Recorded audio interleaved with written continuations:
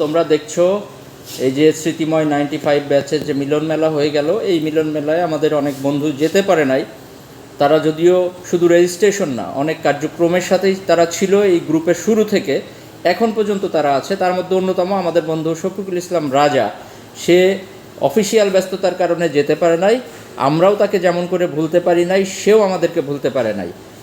সে কারণে আজকে এই 95 ব্যাচের পক্ষ থেকে বন্ধু মিজান, মোশাররফ, ফারুক, জনি এবং সোহাগ আমাদের বন্ধু শফিকুল ইসলাম রাজাকে ক্রেস্ট উপহার দিচ্ছেন। আর যথারীতি এই পর্বে ভিডিও ধারণে আছি আমি, ডাউনে থাকা হারুন। এখন আমি রাজার মতামত জানতে চাই। এই যে ক্রেস্ট গ্রহণ করছো বন্ধু রাজা, এবং যে প্রোগ্রামটা আমরা বাস্তবায়ন করেছি এ সম্পর্কে তুমি মতামত বলো। আলহামদুলিল্লাহ, আমি খুব ভালো ফিল করছি। আমাদের বন্ধুত্বের বন্ধন এভাবেই টিকে থাকুক, এটাই হচ্ছে আমাদের আশা।